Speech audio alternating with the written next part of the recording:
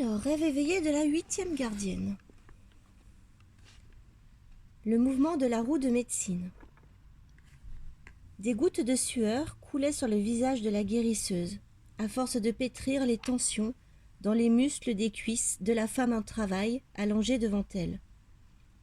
La grotte retentissait des gémissements implorants et des lamentations déchirantes du groupe de femmes assemblées à l'extérieur qui enterraient leurs morts.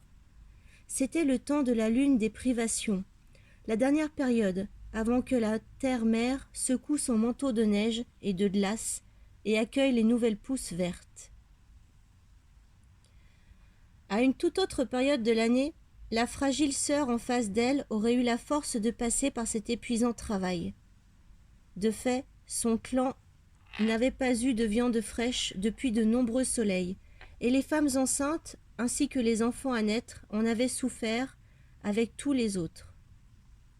La guérisseuse souhaitait que les pleurantes s'éloignent un peu de la grotte, car elle lui faisait entendre, alors qu'elle était dans sa charge d'accoucheuse, qu'il n'y avait aucune raison de faire venir une nouvelle vie dans ce monde de famine qui les entourait. La dernière réserve de tubercules, graines et baies était partie 4 nuits plus tôt, accompagnée d'un écureuil famélique trop faible pour éviter les chasseurs. Les enfants et les anciens avaient été les premiers à mourir à la fin de cette période lunaire. Pendant ce temps d'épreuve, où aucune de ces herbes guérisseuses ne pouvait éviter la famine, ni aucun de ses talents donnait la force de se battre pour vivre, la guérisseuse avait continué à faire son devoir. Depuis qu'elle avait pris corps humain, elle avait appris de bien des façons ce que signifie qu'être au service des autres. Et pourtant, quel chagrin c'était lorsque un de ses enfants perdait la volonté de vivre. Distraitement, elle ajouta une poignée de brindilles dans le feu à côté d'elle et remercia pour cette petite poignée de chaleur, ramassée loin de la grotte à grands efforts par ceux qui avaient fait le chemin le ventre vide. Le regard caverneux de Lune Orange, la mère en couche, la suppliait de la soulager et de la réconforter. Elle répondit avec douceur, caressant le sourcil de Lune Orange et lui adressant un sourire d'encouragement. Elle ne pouvait pas lui donner davantage d'herbe pour faciliter le travail, parce que l'estomac de Lune Orange était vide, et que le remède l'aurait envoyé au royaume du sommeil éternel. Il fallait absolument que Lune Orange aide au travail en se battant pour la vie de cet enfant à naître. La femme médecine réalisa que c'était là un de ces moments où le choix entre la vie et la mort était entre les mains de Sueño le grand mystère, ainsi que dans la volonté de vivre de Lune Orange. La guérisseuse sourit à Lune Orange. Elle prit délicatement la main de la mère en couche pour nourrir sa force. Une nouvelle vague de contractions commençait à secouer le corps de la jeune femme. La guérisseuse réalisa que la connexion de Lune Orange à sa propre Orenda était l'unique espoir pour la mère et l'enfant. Si Lune Orange pouvait se connecter à son essence spirituelle, le grand mystère pourrait la nourrir de la force dont elle avait besoin. Sans ce précieux lien, son corps affamé succomberait et la connexion de son esprit allait se faire lorsque Lune Orange arrivera au campement de l'autre côté, dans le monde de l'esprit. La guérisseuse adopta le masque stoïque de celle qui soutient, ne laissant jamais Lune Orange deviner son inquiétude ni son sentiment d'impuissance. L'enterrement des membres de la famille qui étaient morts de faim devait être terminé, parce que les lamentations stridentes s'étaient heureusement arrêtées. Pendant la lune des privations, les corps étaient enterrés profondément sous la neige pour empêcher qu'ils se transforment en nourriture pour les prédateurs errants. Jusqu'à ce que le sol soit suffisamment dégelé pour que la planète mère reçoive enfin les morts dans son sein de terre, des monticules de glace à l'arrière des huttes servaient de tombes provisoires. Qu'il leur était difficile de consacrer leur ultime force à enterrer leurs morts.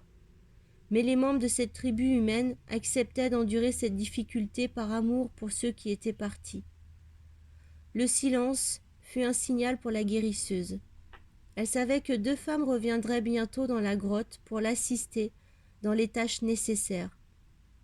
Le travail durait longtemps, mais la gardienne des racines de médecine avait insisté pour que les 2 femmes aillent d'abord dire adieu à leurs proches qui avaient abandonné leurs habits de chair.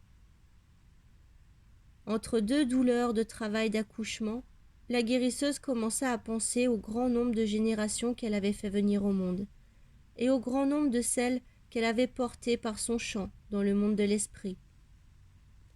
Au début, il avait fallu enseigner aux enfants humains le pourquoi des rituels de deuil. Elle se rappelait combien le port du voile et les pleurs avaient soulagé les familles endeuillées dans les premiers hivers de sa marche sur terre. Il lui était facile de se souvenir de la façon dont les chants de deuil avaient allégé leurs épaules du fardeau de leur chagrin. Elle avait observé le lâcher-prise qui s'effectuait lorsque les proches du disparu s'autorisaient à exprimer leur douleur, et elle avait remarqué que les esprits de ceux qu'ils aimaient tant, utilisaient leur voile de deuil comme des arcs pour envoyer la flèche de leur esprit vers la route bleue. Voilà bien longtemps, semble-t-il, que le fait d'autoriser le cœur à exprimer la vérité de son chagrin aidait vraiment ses enfants.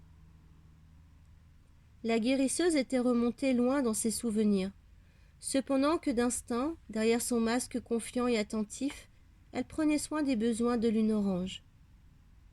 Ses qualités de sage-femme étaient impeccables, héritées qu'elles étaient des centaines de mises au monde.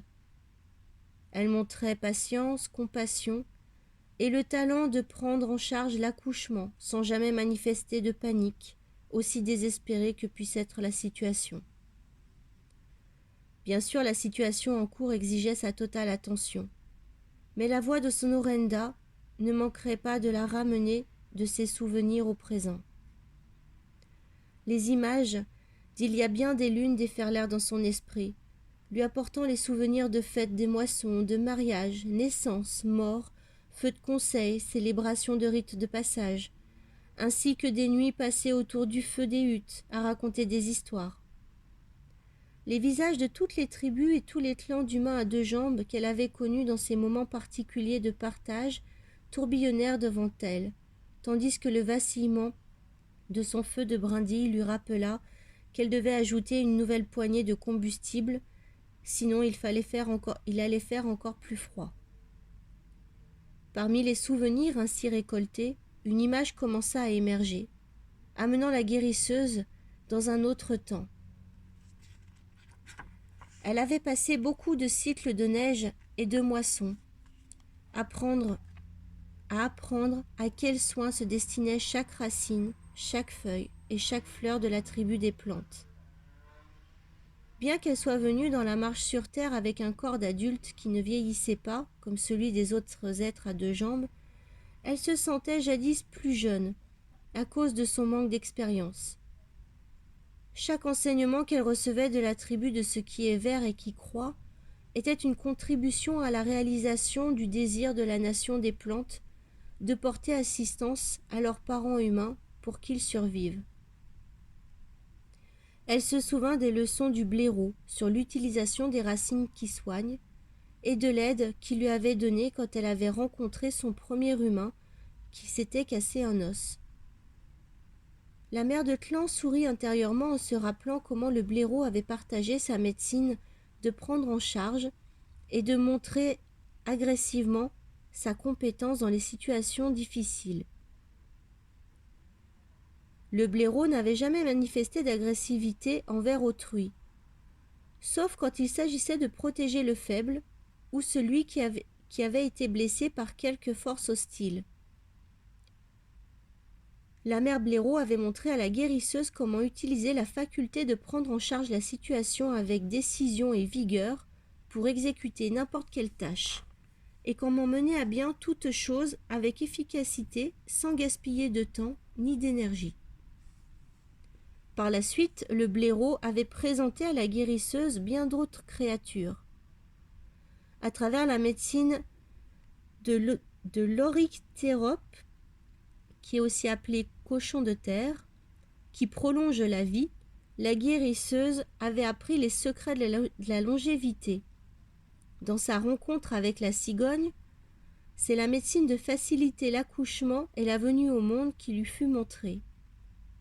La cigogne lui indiqua comment positionner le corps de la femme pour qu'elle n'aille pas au cours du travail à l'encontre des rythmes de sa douleur, mais puisse mettre de côté ses peurs et permettre ainsi au mouvement des contractions de pousser l'enfant.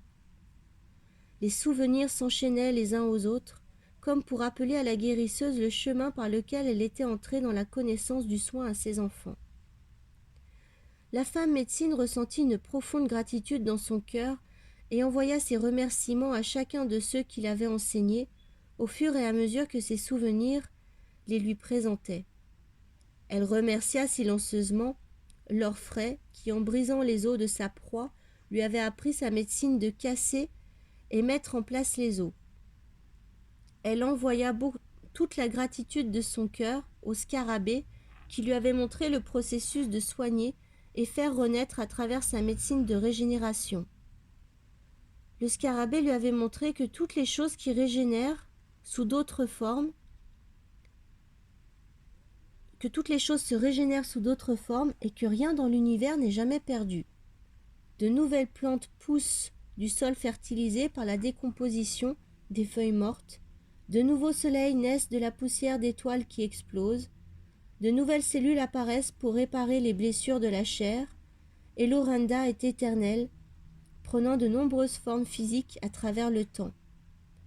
Ces enseignements avaient constitué la base de la force intérieure de la guérisseuse, et elle se sentait honorée de pouvoir partager ses compétences en se mettant au service de ses enfants.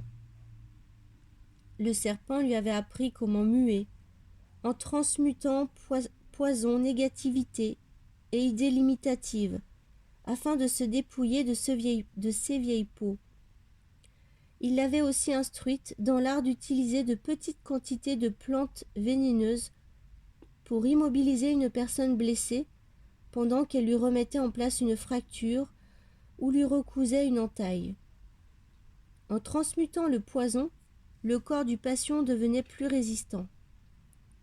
Le serpent lui avait montré les merveilles de la force de vie et la façon dont elle s'écoule dans le corps.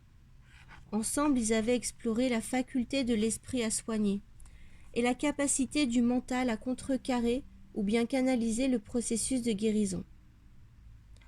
La médecine de transmutation du serpent était un autre des dons pour lequel elle pouvait être reconnaissante, parce qu'il l'avait bien aidée pendant toutes ces années.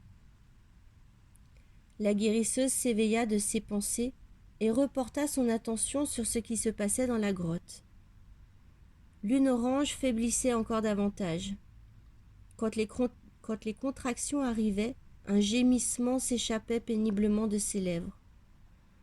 La guérisseuse savait qu'il lui fallait intervenir, sinon le travail allait bientôt s'arrêter, laissant en rade la mère et l'enfant, comme lâchés dans le vide sans que l'on puisse rien faire, à moins qu'ils ne s'éloignent pour la terre éternelle. La guérisseuse commença à masser vigoureusement le corps de Lune Orange, tout en adressant discrètement un appel à sauvegarder les vies dont elle avait la responsabilité, à la terre-mère et à Sueño le grand mystère. En levant le regard, la sage-femme remarqua que son propre totem était suspendu en haut de la grotte. La tête renversée d'une chauve-souris ouvrit doucement les yeux, et elle regarda bien en face la gardienne. Sans cesser de masser jambes et bras de Lune Orange, la guérisseuse écouta la chauve-souris qui parlait à son cœur. « Mère, nous ne sommes pas seuls dans cette grotte, » lui dit la chauve-souris. « Regarde dans le coin le plus éloigné et vois qui est en train de surveiller tes efforts. » Vers le haut de la grotte, la guérisseuse décela une pâle lumière bleue. Elle reconnut la forme d'un esprit semblable à ceux qu'elle avait vus lors de chaque naissance. La femme médecine fut soulagée et se sentit extrêmement heureuse. L'Orenda de l'enfant qui attendait de naître était dans la grotte. C'était un signe que la guérisseuse avait espéré. L'Orenda de l'enfant était prête à entrer dans son nouveau corps par le petit point tendre au moment où la tête de bébé serait couronnée par le canal de naissance en sortant du ventre de sa mère. La gardienne des arts thérapeutiques avait vu plus d'1 millier de fois le miracle de l'esprit qui prend forme, mais elle était toujours pleine d'exaltation quand elle recommençait l'expérience. Elle jeta un coup d'œil à Lune Orange et vit que le message réussissait à aider la mère en couche à garder une petite connexion avec son corps, mais elle vacillait entre conscience et inconscience, et il fallait qu'elle soit plus en lien avec ce qui était en train de se passer. La sage-femme se déplaça pour trouver une position où elle pourrait soutenir les épaules de Lune Orange, à demi inconsciente, et elle lui souleva la tête pour la bercer dans ses bras. Elle commença à fredonner une douce mélodie qui réconforta Lune Orange. De temps en temps, la sage-femme pressait les mains puis les bras de sa protégée pour y stimuler la force de vie. Au bout d'1 ou 2 fois, Lune Orange ouvrit les yeux et souffla. « Est-ce que je suis morte ?» La guérisseuse répliqua. « Non, petite mère, tu n'es pas morte. Il y a là quelqu'un qui veut te voir, alors il faut que tu sois vraiment attentive. » Les douleurs du travail avaient cessé et il était impératif que Lune Orange soit suffisamment revigorée pour que son corps reprenne le processus de délivrance. La guérisseuse entreprit de parler à Lune Orange d'une voix plus ferme pour solliciter son attention. « Vois-tu, petite mère, l'esprit de ton bébé qui va naître est ici dans la grotte, et tu dois ouvrir ton cœur pour l'écouter. » Une lueur de fierté complice illumina le visage de Lune Orange, qui rassembla tout ce qu'elle pouvait de force pour murmurer. « Aide-moi, s'il te plaît. Montre-moi comment voir l'esprit de mon enfant, mère. » La guérisseuse sentit une onde de soulagement parcourir ses membres, et elle dirigea le regard de Lune Orange vers le recoin de la cavité en haut de la grotte. Elle commença à croire qu'il y avait peut-être quelques ressources cachées, profondément enfouies chez celle qui devait être mère, qui pourrait les tirer de ce délicat moment entre vie et mort. La femme médecine commença à décrire ce qu'elle voyait et comment la forme bleue pâle de l'esprit bougeait jusqu'à ce que Lune Orange puisse elle aussi bien la voir. La guérisseuse parla à Lune Orange au cœur du silence dans lequel se fit entendre la voix de l'enfant à naître. Elle discerna la voix de Lorenda de l'enfant aussi clairement que Lune Orange l'entendit lorsque la voix s'adressa à son cœur de mère. « Tu vas être ma mère, Lune d'Orange, et c'est ainsi, pour t'enseigner, que je viens. C'est avec ce temps d'avant ma naissance que nous devons commencer notre voyage ensemble. Tu as oublié comment te connecter à ton Orenda et comment obtenir du grand mystère la force dont tu as besoin. Je suis venue te rappeler le temps d'avant ta propre naissance, quand tu connaissais très bien cette connexion. Si tu murmures ton propre nom et te représentes ce qu'il veut dire, tu vas redécouvrir ta médecine personnelle. Tous ces dons reposent dans ton Orenda et attendent que tu les découvres. Lune Orange, Lune Orange, Lune Orange, se murmurait à elle-même la femme en couche. Des visions de la couleur jaune-orange de fleurs d'oranger flottaient dans sa tête, jusqu'à transformer son esprit en une lune des moissons avec son opulente lumière dorée. La scène changea et la lune des moissons prit l'aspect d'une ravissante jeune femme baignée d'une lumière aux couleurs de melon tendre et rose saumonné. Cette femme de rêve était couronnée de feuilles d'automne et d'épis de blé mûr, entrelacés d'herbes jaunes et de raisins sauvages. Des baies pourpres et des capucines se déversaient de sa couronne, mêlées de ces grappes de baies orangées que l'on trouve sur les arbres cendrés des montagnes. Dans ses bras, elle tenait un panier tressé en roseaux et aiguilles de pin. Du panier venait une autre lumière, dont les rayons bleu pâle dansaient sur le visage souriant de la femme lunaire. La vision de transformation se transforma à nouveau quand la femme recueillit la boule de lumière bleue à l'intérieur du panier pour la porter à son cœur. Des éclairs de lumière jaillirent de la boule d'énergie pour se connecter à la terre-mère et au ciel-père, fusant au-dessus et en dessous de la femme du rêve. Des rayons resplendissants de toutes les couleurs entouraient sa vision. Lune Orange pouvait sentir l'amour du grand mystère et la touchait depuis son rêve. À cet instant précis, Lune Orange sentit la vie qui explosait à l'intérieur de son propre cœur. Elle suffoqua presque en ressentant les flots de l'énergie bouillonnante qui courait à présent dans ses membres épuisés. Elle pouvait percevoir que des pulsations de chaleur ramenaient du confin de la terre éternelle son corps presque sans vie. Son regard stupéfait allait du visage de la guérisseuse à l'Orenda de l'enfant à naître.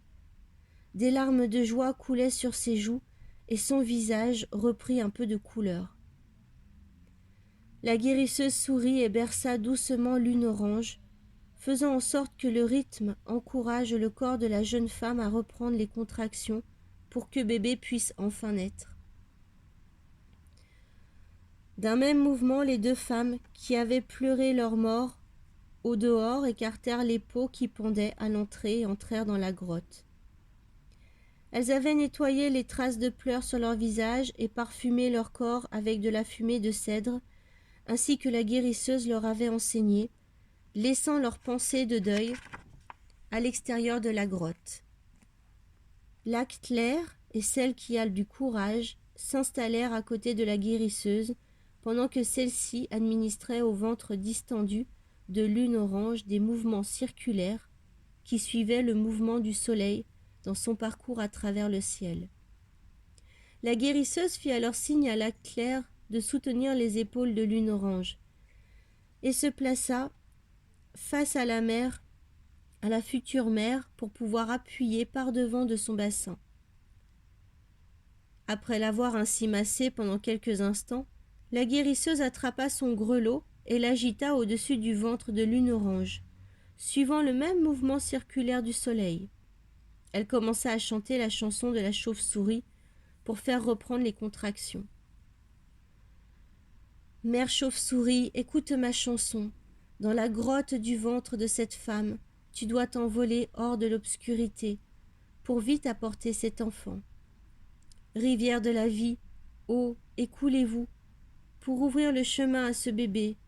Mère chauve-souris, symbole de renaissance, libère ce qui fait entrave. Elle n'arrêta pas de chanter ce refrain tout en regardant les yeux fixés vers le haut de la grotte. À la fin de la 7e reprise, la chauve-souris, qui avait surveillé la scène au-dessous d'elle, accrochée à l'envers, comme l'enfant dans le ventre de Lune Orange, prit son envol et s'esquiva par l'entrebâillement des peaux à l'entrée de la grotte.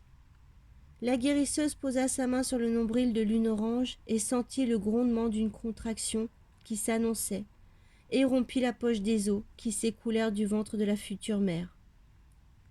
La femme médecine sourit, parce que la chauve-souris lui avait donné le signe que sa chanson avait touché les 7 directions sacrées. Quand la chauve-souris s'était envolée, la guérisseuse avait su que le bébé allait naître. Commença alors la plus dure partie du travail, et la guérisseuse fut reconnaissante du fait que la disette n'avait pas entraîné que l'enfant soit mort-né. La poche des os, les os de la vie, s'était ouverte bien plus tard qu'il est normal. Mais vu les circonstances, ce retard était une bénédiction. Si Lune Orange avait perdu les os plus tôt, elle et son enfant n'auraient pas survécu à 2 jours et 1 nuit de travail discontinu. Le grand-père Soleil allait se lever à nouveau, amenant ce travail exténuant à son heureuse conclusion. Lac-Clair et celle qui a du courage étaient en train de s'activer avec autant d'implication que la guérisseuse lorsque la tête du bébé se présenta. Lune Orange était maintenue en position accroupie, permettant ainsi au magnétisme de la terre-mère d'amener l'enfant sur son chemin terrestre. Lune Orange cria d'admiration plutôt que de douleur lorsqu'elle vit l'Orenda de son enfant pénétrer le point souple de son crâne. Avec la poussée suivante, le corps du bébé se tourna et les épaules furent libérées, Les fesses suivirent doucement et sans effort. La guérisseuse attrapa l'enfant et souffla. « C'est une fille, Lune Orange. » La jeune mère fut soulagée et heureuse quand la petite fille se manifesta en écho, faisant savoir au monde qu'elle était venue avec une jolie voix. La guérisseuse coupa le cordon, lava l'enfant dans de l'eau faite de neige fondue que la Claire avait préparée près du feu, puis enveloppa l'enfant d'une fourrure douce et la plaça auprès de Lune Orange. Celle qui a du courage commença à pétrir le ventre de Lune Orange pour finir de la délivrer, pendant que la Claire prenait les linges de l'accouchement pour les enterrer dans la neige. La guérisseuse se mit à songer au compagnon de Lune Orange, cerf gris, qui était mort piétiné par un bœuf musqué 4 lunes avant la naissance. Lune Orange avait été recueillie dans la hutte de sa sœur, mais à présent que sa sœur et toute sa famille étaient mortes de faim, la femme médecine prit une décision. Lune Orange viendrait vivre dans son foyer. Les chasseurs lui donnaient toujours beaucoup de viande en échange de ses services, et il n'y avait aucune raison de ne pas élargir son cercle familial en accueillant la jeune mère et la petite fille qui venaient de naître. La guérisseuse allait faire part de sa décision à Lune Orange quand celle qui a du courage s'approcha, présentant le cordon ombilical lavé à la femme médecine avant de sortir enterrer le placenta dans la neige, au pied de la grande montagne. La guérisseuse prit 1 minute pour le nouer en une boucle serrée. Puis elle le suspendit à une corne de cerf accrochée près du feu pour le sécher. Plus tard, le cordon bien sec serait placé dans un petit étui en peau qui serait cousu serré à l'intérieur d'une minuscule pochette médecine. Ce petit sac du cordon ombilical appartiendrait au bébé qui venait de naître et serait pour elle un rappel constant de sa connexion physique avec la terre-mère et de sa connexion spirituelle avec le ciel-père. Aucun des enfants de la terre n'avait à redouter de se sentir seul ou orphelin lorsqu'ils portaient contre leur cœur leur cordon ombilical. Ils comprenaient que le cordon physique était remplacé par un cordon spirituel qui les garderait en connexion avec leur véritable père et mère aussi longtemps qu'ils cheminaient sur la terre. Lune Orange appela la guérisseuse qui aussitôt vint à ses côtés. « Mère guérisseuse, le nom de ma petite fille sera Couverture Terrestre, parce que son Orenda m'a montré sa médecine quand elle est née. Son souhait est que vous deveniez son enseignante quand elle grandira. Couverture Terrestre m'a fait me souvenir que les cycles et les saisons changent sans cesse, et que c'est des neiges de la lune des privations que va naître le manteau de verdure de la terre-mère. Cet enfant est la promesse du printemps. Cet enfant m'a enseigné la foi. Elle m'a dit que la foi est le rouge-gorge qui chante les fleurs, alors que la terre est encore recouverte de neige. Couverture Terrestre m'a expliqué que sa naissance, qui est son premier rite de passage, a été un rite de passage pour moi aussi, parce que je me suis alors reconnectée à mon Orenda et au grand mystère. Je te remercie de nous avoir fait traverser ensemble le processus de la naissance, mère guérisseuse. » La guérisseuse fut touchée par les paroles de Lune Orange. Elle lui fit part de sa décision de les emmener vivre chez elle toutes les deux. Elle savait quelles étaient les leçons que Couverture Terrestre avait enseignées à sa mère, mais les entendre exprimer, comme une expérience qui avait été comprise, donna à la gardienne de l'art de guérir encore plus de joie. Celle qui a du courage entra dans la grotte auréolée de délicieux arômes de viande grésillante. Un élan était tombé de la falaise au pied de Grand-Père Montagne, et celle qui a du courage l'avait découvert lorsqu'elle était allée enterrer le placenta. Elle avait donc fait cuire de nombreuses lamelles de viande et les avait amenées à la grotte pour que les femmes puissent se remplir le ventre. Ces femmes savaient qu'il était très important de manger de très petites quantités et de faire et de bien mâcher pour que le repas ne soit pas rejeté par leurs estomacs. Après le repas, ce fut au tour de Couverture Terrestre de vouloir être nourrie. Elle avertissait d'un cri qu'elle ne voulait pas être oubliée. La guérisseuse sourit en voyant Couverture Terrestre téter sa mère. La mère de Tlan repartit dans ses pensées en imaginant comment serait la vie pour la petite Couverture Terrestre. Comme le peuple de ce qui est vert et croît, cet enfant apprendrait les cycles de la vie, de la mort et de la régénération en devenant sœur du peuple des plantes et des arbres. Et elle apprendrait comment utiliser toutes les parties de chaque plante. La guérisseuse lui enseignerait comment lui faire accoucher les mères de leurs bébés, réparer les os brisés, recoudre les plaies et soigner les esprits blessés. Couverture Terrestre devait apprendre les voies de l'esprit, même si son Orenda les connaissait avant sa naissance. L'oubli constituait toujours une grande part du processus de la vie humaine, mais restaurer le souvenir était l'un des plus importants rites de passage au cours d'un chemin humain sur la terre, quel qu'il soit. Ce serait une joie que d'accompagner Couverture Terrestre dans ses premiers pas dans l'humanité et de l'initier au petit rappel de la vie qui contribuerait à faire que son Orenda soit pleinement présente dans son corps. L'éternelle flamme d'amour était la lumière qui guidait l'Orenda de toute forme de vie. Quand et comment chacun de ceux qui marchent sur deux jambes allait se redécouvrir à leur connexion à la source créatrice appartenait à l'individu. La naissance apportait indéfectiblement croissance, changement, mort et renaissance, suivant la roue de médecine qui tournait. Chaque cycle de la roue apportait des éléments du savoir qui permettaient à ceux de la tribu humaine de trouver, par l'expérience, le sens de leur vie. La volonté de continuer et d'apprendre encore davantage était animée par l'Orenda et par la connexion de l'esprit au grand mystère. À travers la médecine de ce qu'elles avaient vécu ce jour-là, Lune Orange et Couverture Terrestre avaient reconquis leur connexion à la force de vie qui se trouve dans leur essence spirituelle. C'est à cause de ces connexions que la chauve-souris avait volé hors de la grotte et avait demandé à l'élan de sacrifier son corps, en sorte que la résistance et persévérance qui caractérisent sa médecine puissent être partagées avec ce groupe d'êtres humains.